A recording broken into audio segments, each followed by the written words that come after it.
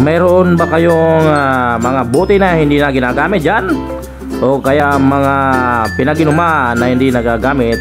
Mayroon pa pong gamit yan. Huwag nyong itapon dahil yan pwede pampatunog sa mga bakuran. Ayan, tulad yan sa gate, pampatunog.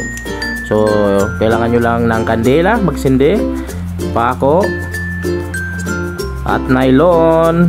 Kailangan nyo din ng alambre. So ayan, gagawa tayo ng bilog para sa panghati sa buti. Kailangan po natin ng bilog na alambre, tapos iinitin. Katapos initin yan, nilalagay mo sa tubig, mahati na po yung buti. Ayan o. So ganun lang po kadali. So ayan, gagawa tayo ng tali sa buti para mayroon pagsabitan.